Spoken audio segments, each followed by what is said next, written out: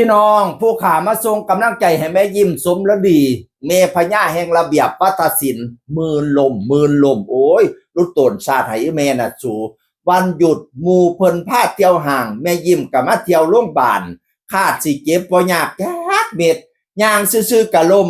พรุ่งนี้งานทำงานเหมือนเดิมพะนะว่าโอ้ยมื้ออื่นก็สิไปขึ้นเวทีต่อเมื่อวานนี่ลมพี่น้องอยู่โรงพยาบาลกรุงเทพขอนแก่นพุ่นน่ะย่างจังใดให้ลมอีแม่สงสัยมือเนาะฝนตกฝนลงอีแม่ยิ้มสมฤดีเสียง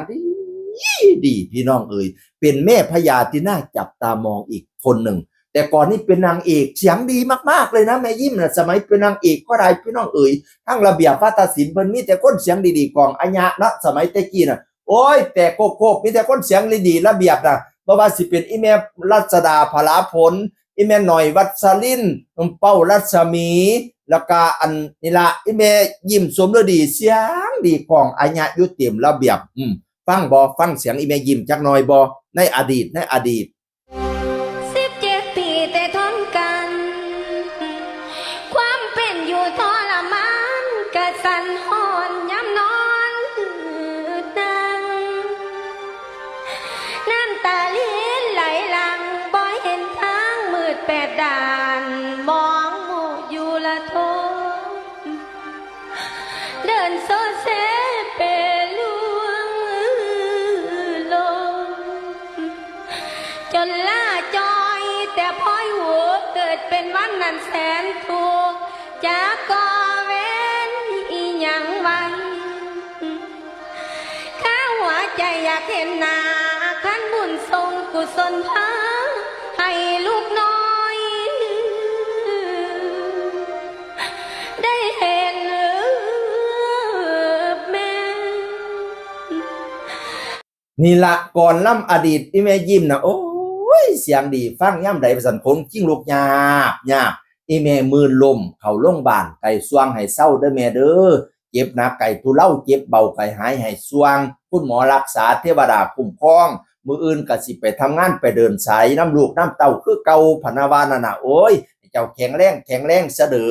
เจ้าแข็งปั่นผ้าให้เจ้ากล้าปั่นตะวันถึกแดดกะยะไม่เป็นไข่กะยะหมองสุดไปพ้นให้เจ้าพ้นมาไม่สุดไปไม่ให้เจ้าแตกยอดมาไปกะยะฆ่ามากกะยะของอย่าได้มนคือตองอย่าได้มองคือเทาอย่าได้เกาเสียสีให้ว่านั่งดีสีใสสองพละกำลังปองไพ่ตองอย่าได้มีสุขีลนกำลังพ้นล้นลื่นอายุยืนฮอดลอยจนสิ้นศาสนาผู้เด้ออีแม่เอ่ยปัดไปเสเด้อเนี่ยบอ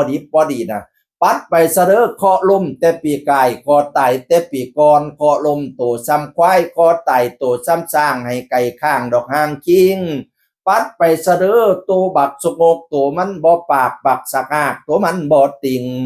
ปัดไปเสเด้อดอกฮูกโตมาปลูกเอาควันตะวันโตมันปั่นเอาสิ้น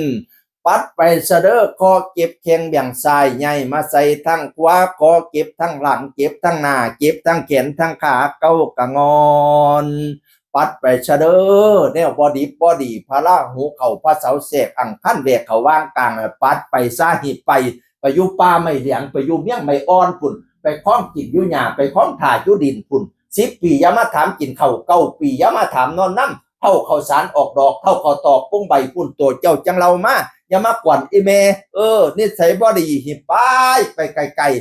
แนวบ่จบข่อยสีแนวบ่ดีข่อยสิล้างให้เจ้าขาวงามเกี่ยมหอยอย่างยดย่อยน้ำกลอย่าให้มีแม่เอ้ยนับแต่นี้ไปแลกแหกแต่นี้ไปนาให้หอมเนียมทุบัดกลมให้หอมทุกบัดเงยแนวได้หายยาสุมาเปื้อแนวได้เหอะยาสุมาเปลี่ยนให้เจ้าแจ้งปันดาวให้เจ้าขาวปันไฟความเจ็บยาสุใดความไข่ยาสุมีเด้ออีแม่ยิ้มเอ้ยจากเสียงอื่นคนเก่าเว้าสู่ฟังสวัสดีครับ